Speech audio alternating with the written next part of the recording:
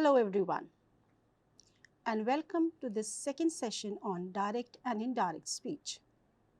I am Dr. Samina Azhar from the Department of English at the Bhopal School of Social Sciences. Before we begin with our second session on direct and indirect speech, let us briefly revise what we did in the last session. In the first session, we discussed direct and indirect speech. We also discussed tense-related rules of changing speech. Now we know that direct speech is the speaker's actual words and it is mentioned within inverted commas, whereas indirect speech is the reported speech not containing the actual spoken words and it is not mentioned within inverted commas. We have an example on our screen. He said, "The football match is interesting." He said is our reporting clause. There is a comma. Then we have inverted commas and then the first letter is in capital. We have full stop at the end of the sentence and inverted comma close. This sentence is indirect speech. To change this sentence into indirect speech, we have to, first of all, we have to look at the tense of a reporting clause. When the verb of the reporting clause is in past tense, then we will remove the punctuation marks, insert that and change the tense of the direct speech. So, we now apply these rules to our previous sentence and the sentence will be, he said that the football match was interesting. Our reporting clause is he said. We have removed comma and inserted that. There are no inverted commas. Capital letter has been changed to small letter and now the sentence is, he said that the football match was interesting. We also discussed tense-related rules of changing the speech. So, to summarize the tense-related rules, we have on a screen a table. So, when the reporting verb is in past tense, to change from direct to indirect speech, present simple becomes past simple. Present continuous becomes past continuous. Present perfect becomes past perfect and you have got examples on your right hand side. Present perfect continuous changes to past perfect continuous, simple past into past perfect and past perfect remains past perfect. Now we move to rule number 7. To change speech from direct to indirect speech, the words showing nearness are changed into words showing distance. So, tomorrow becomes the next day. Yesterday becomes the previous day or the day before. Next week or next month becomes the following month or the following week. Last night changes to the night before or the previous night. Today or tonight changes to that night or that day. Now becomes then, this, that, these, those. So, we have a sentence. She said to me, Harry met with an accident last night. This sentence is indirect speech.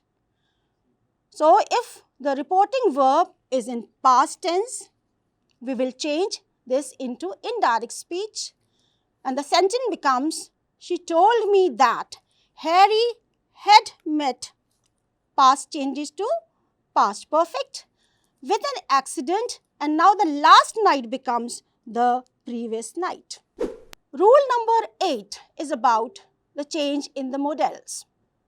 the modals change to their past forms. So, can becomes could, will, would, shall, should, may, might, must changes to had to or would have to.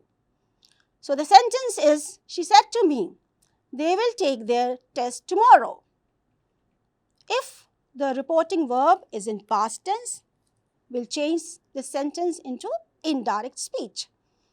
She told me that they would take. So, will take becomes would take, and the test becomes the next day. So, we have the sentence, she told me that they would take their test the next day. Rule number 9 is about the change in pronoun. So, the pronoun is changed according to the noun or pronoun used in the reporting clause. We have a sentence, Rita said to Peter, I understand the problem. So, Rita is our subject. We will change it into indirect speech. Rita told Peter that she understood the problem. Rule number 10 we have, it is related to WH question or yes or no question. So, we have WH question on our screen, where do you live? This is the structure of a WH question, and we know that a WH question also always requires a complete answer in a sentence. Then we have yes or no question. Have you completed your assignment? The answer can be yes or no, and therefore it is called yes or no question. To change WH or yes or no question from direct speech to indirect speech, we have to change the word order of the question. Let us take examples. We have a sentence, Harry said to her, what has she achieved? The direct speech has a WH question. So, we change it into indirect speech, and the sentence is, Harry asked her what she had achieved. What we have done? We have used asked because it's a question. There is no that. And then we have changed the word order of the question. She is coming before the helping verb. The subject is coming before the helping verb, and now it is Harry asked her what she had achieved. Let us take another example of yes or no question in direct speech. He said to her, do you like this car? And in indirect speech, it will be he asked her, we'll use asked instead of said. We'll insert if because it is a yes or no question, and again we will change the word order of the question. Helping verb will be placed after the subject. So, she is coming before liked, and this changes to that. And now finally the sentence is, he asked her if she liked that car. Rule number 11. To change an imperative sentence from direct to indirect, we change the verb of the subordinate or reported clause, and it becomes to infinitive form of the verb. So, we have, he said to the visitors, keep quiet please. From please we can understand that it is a request. So, we will change it into indirect form. He requested the visitors to keep quiet, and we have used to plus verb, which is infinitive. Rule number 12. When a sentence expresses a suggestion, we use the verb suggested in the reporting clause, and the word let is not used. Instead of that, we will use should. And the sentence we have as an example, he said to me, let us be quiet. We change it into indirect and it becomes he suggested. to me that we should be quiet. So we are not using let over here. Rule number 13 is related to exclamatory sentences. So to change exclamatory sentences from direct to indirect speech, we have to consider the mood of the sentence and we have to use the appropriate joining clause. So the sentence as an example we have, Rita said, "Hurrah, I have solved reported speech assignment." We change it into indirect form. Rita expressed with joy because hurrah expresses joy. That, we'll insert that. She had solved reported speech assignment.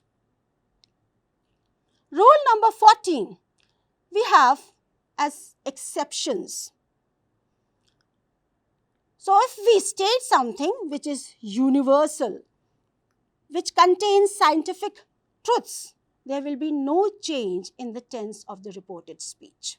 So we have a sentence, Harry said, Rajasthan is the largest state in India. This is a fact. So it will remain as it is. We'll just remove the punctuation marks and insert that. So Harry said that Rajasthan is the largest state in India. Next sentence we have, the teacher said, the earth revolves around the sun. And the sentence will remain as it is because it is a universal scientific truth. So the sentence will be, the teacher said that the earth revolves around the sun.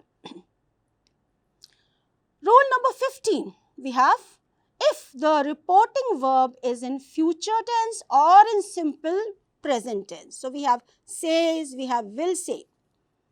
What happens? Let's see. He says, I will come. Says is your reporting verb or the verb of the reporting clause. And the sentence is, he says, I will come. It will remain as it is. We'll just insert that. He says that he will come. Same is the case with the next sentence. She will say dinner is ready. And the sentence in indirect speech will be, she will say that dinner is ready as it is. Thank you. With this, we conclude our sessions on direct indirect speech. Take care. Hope to see you soon.